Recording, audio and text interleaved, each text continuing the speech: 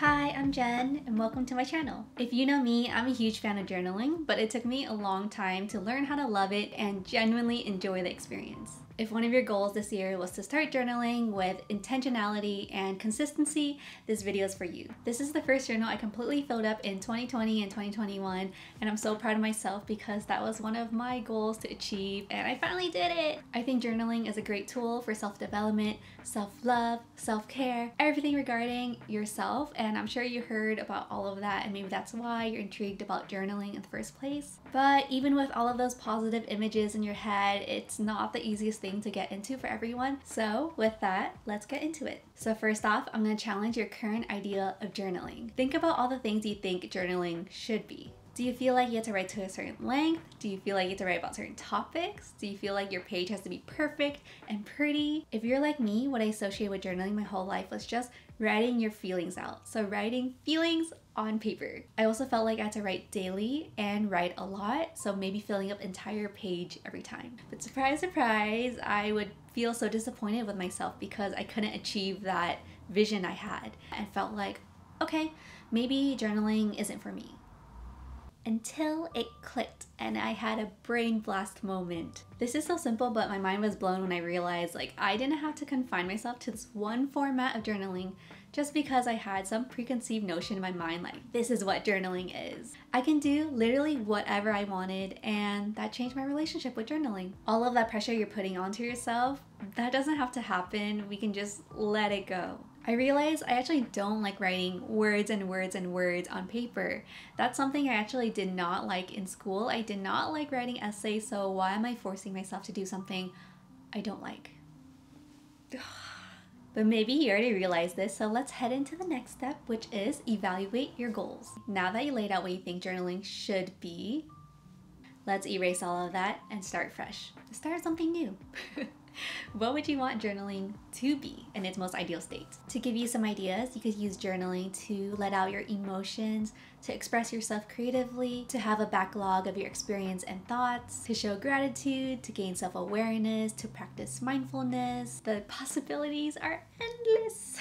All of this will be really important in determining what you'll be putting in your journal and what to write about. For myself, I wanted to express myself creatively and not be bound to just writing, to have a record of my emotions and memories, to gain some sort of consistency, and to have something separate from my productivity. With these goals, you can think about the actionable items. So what can you do to implement these goals into your actual journaling? For example, if you want to express gratitude, you can start writing what you're grateful for every week. What I did to integrate my goals, so first off, I want to express myself creatively. Remember what I said about me not enjoying just writing words? I lean towards the more creative side myself, where I do genuinely enjoy the process of making things look nice, and I know that's not for everyone, but that's something I actually do love. So my journal became somewhat of an art journal. I allowed myself the freedom to make each page as cute and creative as I wanted to, so I implemented hand lettering, painting, collages, washi tape stickers, all of that I put in my journal. My second goal was to have a record of my emotions and memories, good and bad. I'll talk about the good and bad later on, but basically I wanted this journal so I can look back on my life and see this archive of me in my 20s. I think especially during these past couple of years, it is very interesting. You know, we are going through a pandemic, and I really thought this would be very interesting to read in 30, 40, 50 years. I did this just by writing about whatever happened in my life, no matter how trivial it was. I didn't wait around till something big and special happened. For example, if I was happy on a particular day because my friend dropped off surprise boba for me, I'll write about that, and it's just so simple, but I think it'd be nice to look back on that little moment, 10 years from now. My other goal was to separate this from my productivity. So I used to bullet journal for the past 5-6 years, but this year I decided to not bullet journal intentionally. I realized I've grown a little tired from being creative and making my own spread, so now I have a dedicated planner, and I want to separate all the feelings parts into a different journal. I think mixing the artistry with the productivity was actually counterproductive for me. So what makes sense for me is mixing the artistry with feelings. My intention was to create a safe space for my feelings and have that separate from my day-to-day to-do lists and goals. My last goal is consistency, and I actually feel like this might be a common goal for people, so this will be its own tip. I'm gonna challenge you again, and let's define what consistency is for you. Decide how frequent you want to journal. I think this is where people tend to get frustrated because they aren't reaching for their journal or writing as much as they wish they could be. Everyone's going to define consistency differently. I cannot say that word, consistency. You might want to journal daily, weekly, monthly even. It's really up to you. Instead of jumping into something right away, maybe just start small and work your way up to that goal. For example, if your goal is journaling daily, which in my opinion is really difficult, and I have tried that many times and have not been able to conquer that, you might find yourself frustrated for not keeping up every day. With my previous style of journaling, I used to go months without journaling in between each entry. For example, it'd be like an entry in like January 2020, and then the next one would be April 2020. So my goal in 2021 was to just write one entry per month. Just one. That's the parameter I created for myself, and if I did more than one entry per month, that would be amazing, but I'll be happy with just one. And it seems like such an easy, simple goal to achieve, like, just one entry a month. But for me, that's what I needed to motivate myself to continue on, and I did that last year. I created at least one entry per month, and if not, I did more than one every month, like 1 to 10 was kind of the average for me. That's a big range. That's not average.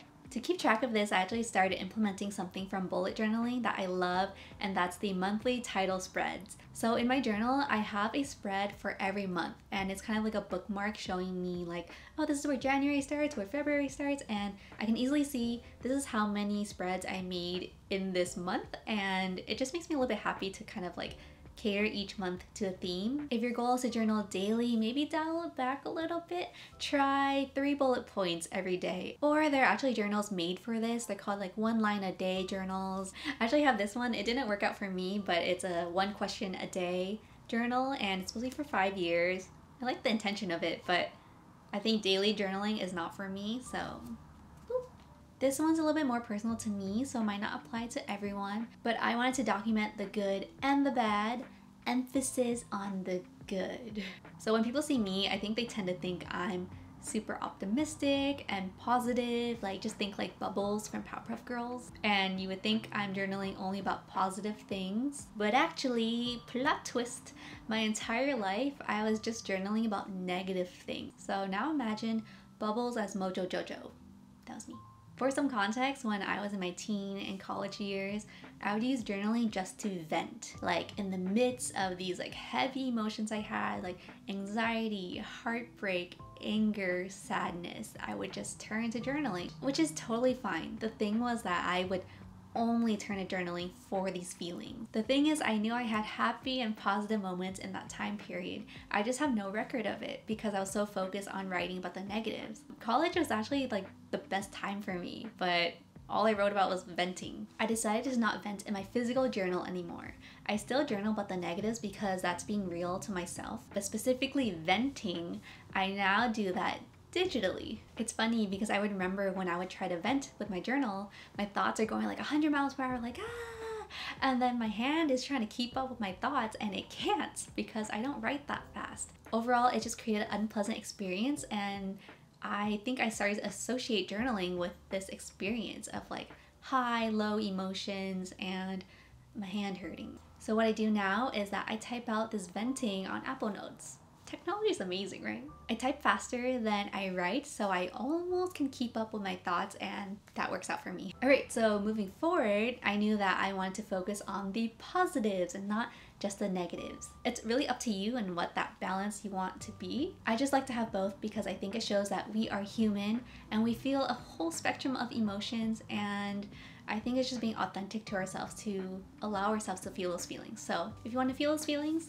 do it. If not, that's okay. Okay, now one of my favorite parts, you need something to write in. For me, it's all about creating an enjoyable experience all around. I think definitely think about what you can afford and your means and what you have on you. For myself, I actually had to release some guilt about buying something new.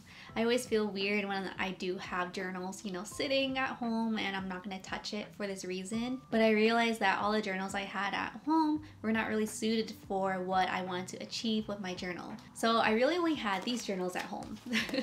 They're all really cute. The thing is, like, they're really small. They actually don't have much pages in each one. Each one is probably like 80 to 100 pages. And you know, after evaluating my goals, I realized like these don't fit what I need, and I don't think overall it's gonna make me enjoy journaling. I think this is where it helped my guilt about buying something, because I knew that this would be a very intentional purchase that I am gonna be using a lot. I took the time to research for my dream journal because if this was a habit I really wanted to seriously start and integrate into my life, this is a personal investment and I'm gonna make it worth it. And I'm really happy I did that because this is the journal I chose. This is the 𝐭𝐤𝐦𝐿 Pastel Bullet Journal from Notebook Therapy. They do call it a bullet journal, but it's essentially just a dotted page notebook. This journal made me so happy to write in it and just open it and look at it. Like, this honey butter color just makes me so happy. There's a little moon on it too. Everything about it just brought me joy and really elevated my experience. I chose this notebook specifically because it has dotted pages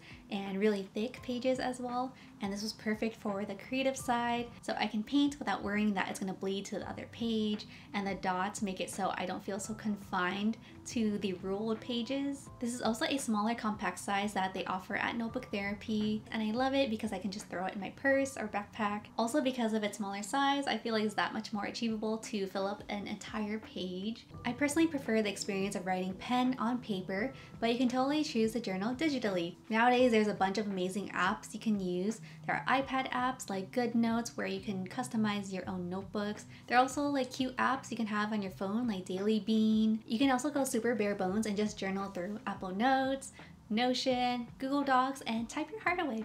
Lastly, create an enjoyable experience. Think about your ideal environment and how you would like to journal, but also keep it realistic and think about your actual environment and what your schedule can accommodate. I think I like journaling best at nighttime when my to-do list is done, the productivity is done for the day, and I associate journaling with my nighttime routine. So now I think of journaling with unwinding. At the top of every entry, I actually write my timestamps, and if you look at my journal, it's all within the 10 p.m. to like 3 a.m. range. I am a night owl at heart. And I journal specifically in my bed where I can be like very cozy and comfortable. I turn the lights down, have some like ambient lighting, turn on lo-fi playlists. It's just a very chill, cozy vibe. I don't think I've said the word journal so much in my life in one time period. I definitely didn't cover it all and could probably talk for another few hours. So let me know if you have any questions in the comments below and I'll try to answer them all. Hope this helped you a little bit, and happy journaling. Bye!